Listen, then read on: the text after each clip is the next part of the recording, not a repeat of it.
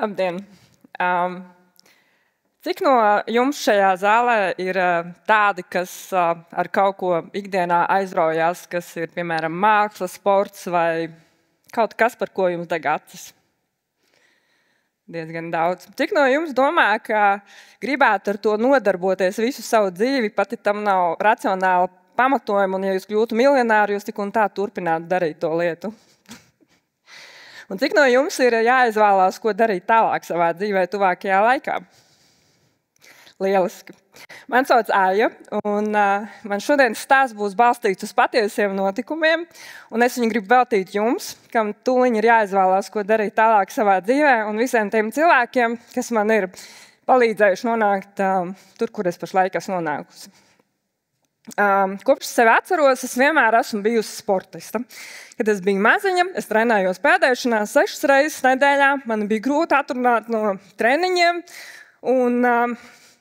jo es zināju, ka, ja es neiešu uz to treniņu, tad cietīs mans rezultāts. Protams, man tajā brīdī arī bija kaut kāda sapņa, ka es gribētu varbūt startēt startautiski, bet, diemžēl, es nebiju tik laba peldētāja, un tas sapnis vienkārši ātri izbeidzās.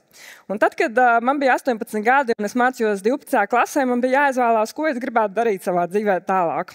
Un viens no variantiem bija, es gribēju mācīties sportu, bet otrs, daudz racionālāks, bija informācija tehnoloģijas. Un īstenībā mans lēmums bija pilnīgi pareizs. Tur nebija nekā nepareiza. Un, kā jau jūs redzat, informācija tehnoloģijas ir ļoti pieprasīta profesija mūsdienās. Un es pabeidzu bakalaura grādu, es mācījos, man patika mans darbs.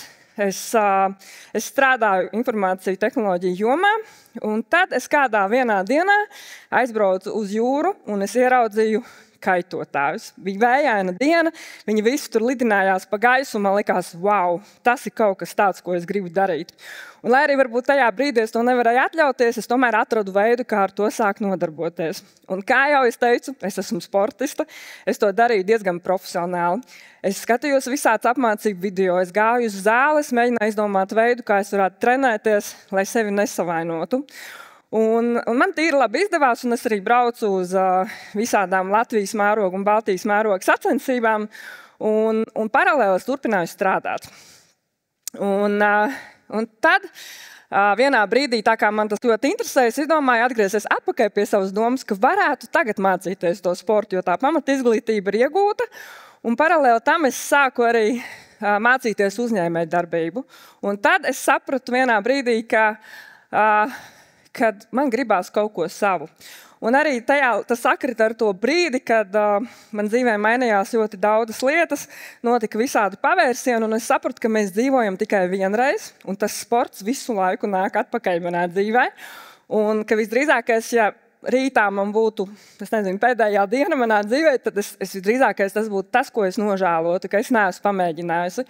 Un es nolēmu lekt nezināmajā, man bija tiešām bail, es nezināju, kā es samaksāšu rēķinus, un es aizgāju prom no sava labi apmaksātā darba. Un varētu teikt, ka tad sākās Aija V2.0. Un es iedevu sev 9 mēnešu laiku, kurā laikā man bija jāatrod, ar ko tad es nodarbošos. Un es nolēmu, ka es gribu izveidot savu kiteboard skolu. Tas man likās visvienkāršākais, man bija par to zināšanas. Un atkal jau es ievīju tajā visā sportā, es sāku trenēt jauniešus, jo gāja runas par to, ka kiteboards varētu būt olimpiskais sporta veids. Man likās, būtu forši sagatavot kādu jaunieti, un viņš varētu pārstāvēt Latviju. Un kā jau mēs zinām, Latvijai pirmo reizi piedaloties, pirmo reizi iekļautā sporta veidā, parasti arī ir diezgan labi panākumi. Un paralēli tam visam es izdomāju iziet arī pati cauri procesam kā sportista. Es nospraudu mērķi, ka es gribu piedalīties pasaulē grūtākajās ziemas kiteboard sacensībās. Red Bull Ragnarok. Viņas notiek Norvēģijā. Tur piedalās 350 dalībnieki no visas pasaules. Visas vietas tiek izpirktas 5 minūšu laikā. Un man bija laiks, tā kā es biju aizgājis prom no darba, lai es varētu trenēties. Un es fokusējos tikai uz to un uz jauniešu un bērnu treniņiem. Sev par pārsteigumu, tas bija 2017. gads, es uzvarēju. Visi bija pārsteigti. Visi nāca pie manis klāt, prasīja, kur ir Latvija, vai jums ir kalni, kāds vispār ir iespējams, vai jums vispār ir sniegs. Varbūt tā ir laba vieta, kur braukt trenēties šai disciplīnai.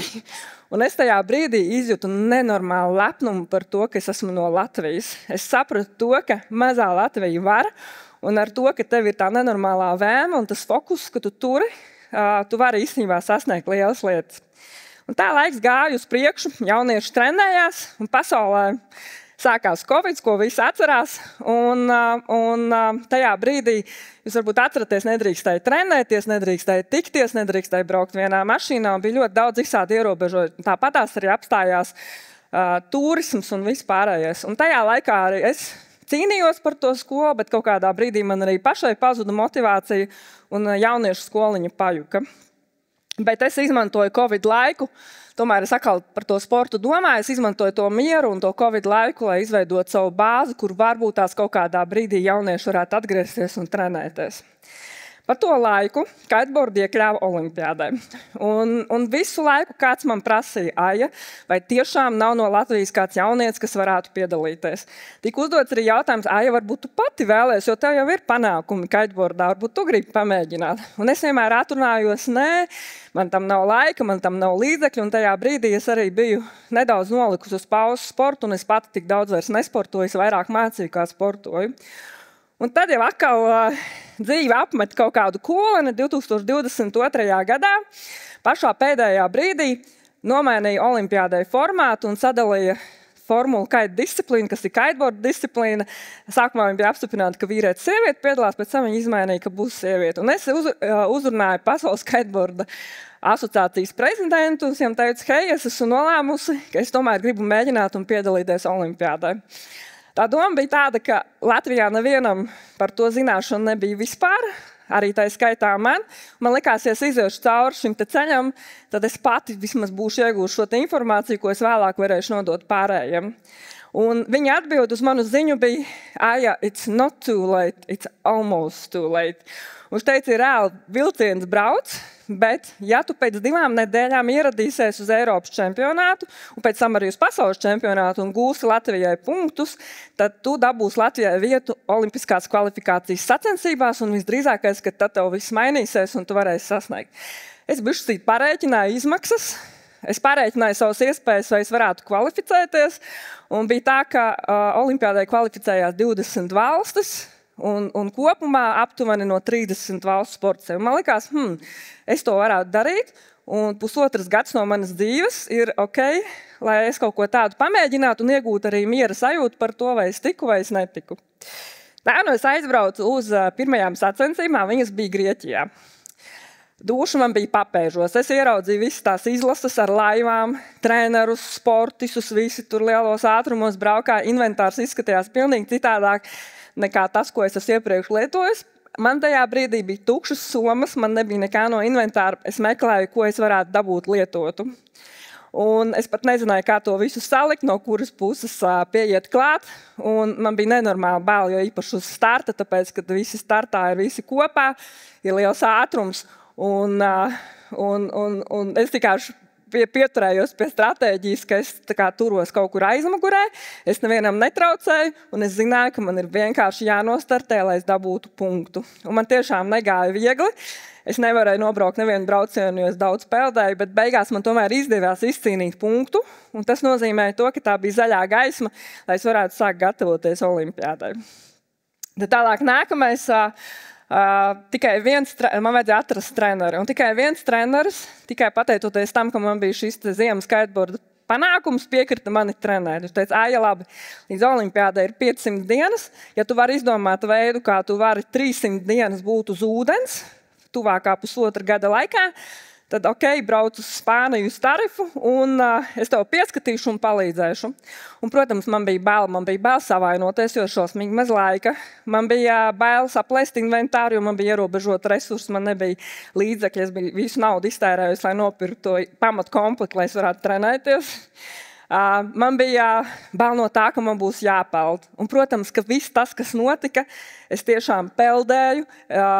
Es daudz uz sevi dusmojos, jo progress nebija tik ātrs, kā es biju iedomājusies, un man negāja nemaz tik viegli. Tad nākamais jautājums, kas man satrauc, bija finanses. Es biju iedomājusies, ka, ja es reiz esmu izcīnījusi vietu Latvijai kvalifikācijas sacensībās, tad visdrīzākais, ka man būs arī kaut kāds atbalsts no valsts, bet tas tā nav. Ir jābūt pasaulē jau diezgan top braucējiem, lai būtu kaut kāds atbalsts. Es sūtīju ziņas dažādiem uzņēmumiem, kas varbūt tās gribētu ar mani sadarboties, bet man neizdevās. Un tad gāja laiks uz priekšu, pienāca maijs, es biju notrenējusies visu ziemas sezonu, un es sapratu, ka, ja es tagad nenomainu inventāru, un ja es neprasu palīdzību, tad visdrīzākais, kad nākamā sezonas var pat vienkārši atmest ar roku tam, ko es esmu darījusi, bet es esmu tāds cilvēks, kas nekad nepadodās, un es metu kaunu pie malas un palaidu crowdfunding kampaņu. Un es biju ļoti pārsteigta par to, cik īsā laikā es savācu nepieciešamos līdzekļus, lai es varētu turpināt startēt sacensībās. Un galvenie atbalstītāji īstenībā bija manējie draugi un mani kiteboardu studenti, par ko es viņiem esmu ļoti, ļoti pateicīga.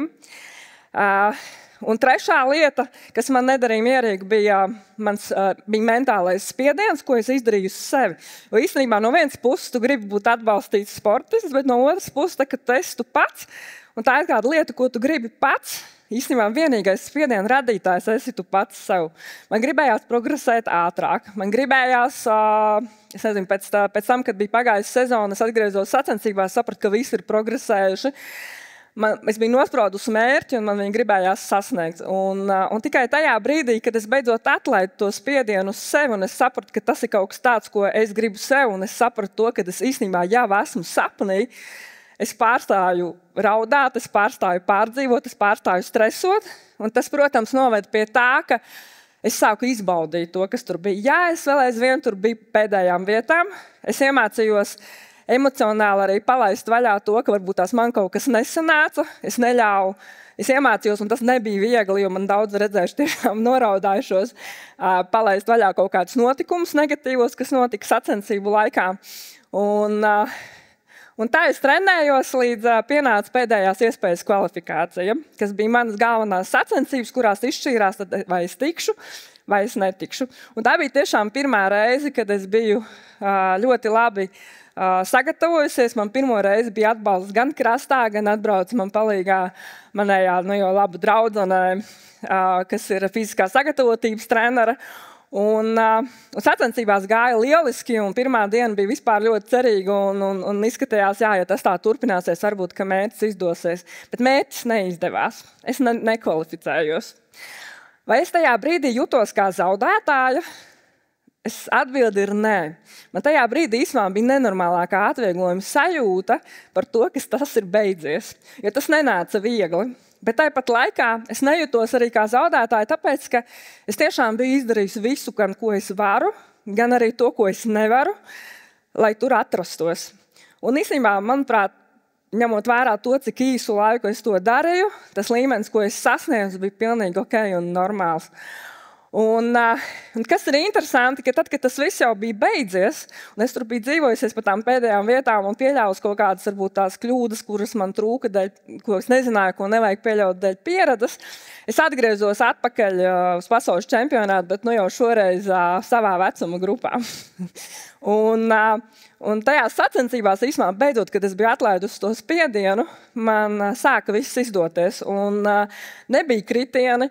Es biju ātra, es biju pārliecināta par sevi, un es ierados uz starta pirmā, un kaut kas vienkārši manī bija mainījies un salūzis, un es izcīnīju uzvaru. Tas, ko šis stāsts ir balstīts uz patiesiem notikumiem, kā jau es jums stāstīju, un es ceru, ka ar savu piemēru es jūs iedvesmošu sakot saviem aicinājumiem, jo tas ir to vērts. Un sakojot viņiem, jūs iegūsiet mieru, jūs iegūsiet autentisko pieredzi. Un īsmā, ja mēs tagad paņemtu to manu stāstu atpakaļ gaitā, mēs varētu saprast to, ka katrs lēmums, ko es izdarīju savā dzīvē, viņš īstenībā veda mani pie šī. Un īsmā, lai arī jūs varbūt tās tagad jums liekas, mums ir jāizdara ļoti, ļoti svarīgs lēmums, nekad nav par vēlu izdarīt lēmumu vienā vai otrā virzienā. Jo, piemēram, par mani es varu teikt, ja es iespējams būtu izvēlējusies sportu un kļūst par peldēšanas treneri, es iespējams nebūtu nonākusi pie kiteboarda. Ja es nebūtu mācījusies sportu, es nebūtu satikusi daudzos cilvēkus, kas man pēc tam palīdzēja ar padomiem. Ja es nebūtu uzvarējis Red Bull Ragnarok sacensībās, jo iespējams treneris, kas man trenē, viņš nebūtu noticējis tam, ka ka tas vispār ir iespējams un ka es varētu kaut ko tādu sasniegt. Ja man nebūtu mana kiteboard skola, visdrīzākais, ka varbūt mana crowdfunding kampaņa nebūtu izdevusies, jo es saņēmu atbalstu no cilvēkiem, kuriem es biju kaut ko iemācījusi. Un, jā, tā kā katrā ziņā es aicinu jūs, tā kā jūs esat pašlaik lielu izvēļu priekšā, noslēgties tomēr par labu tam, par ko jūs sapņojat, vai ja jūs par to sapņojat, un ja jums ir iedota informācija par to, tad visdrīzākais, ka tas ir iespējams. Un vienīgais veids, kā pārliecināties, vai tas ir iespējams, ir tikai un vienīgi to pamēģinot un ejot tajā virzienā. Paldies!